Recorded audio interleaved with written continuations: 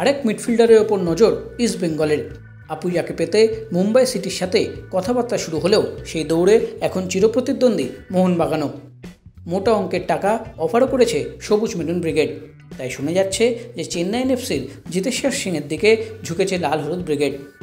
চেন্নাইয়ে জিতেশ্বরের আগমন নেরোকা এফসি থেকে 2022-23 মৌসুমে।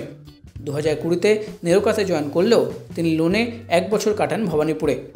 সদ্য সমাপ্ত হওয়া সেশনে আইএসএল, ডুরান্ড কাপ এবং কালিঙ্গা সুপার কাপ মিলিয়ে মোট 23টি ম্যাচ খেলেছেন তিনি।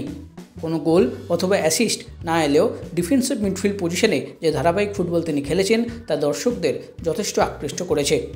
ওয়েন কোয়েলো যথেষ্ট ভরসা দেখিয়েছেন তাকে 12টি আইএসএল ম্যাচে স্টার্টিং প্লেয়িং 11-এ রেখে। ভারতের অনূর্ধ্ব 23 দলের হয়েও খেলার অভিজ্ঞতা আছে তার।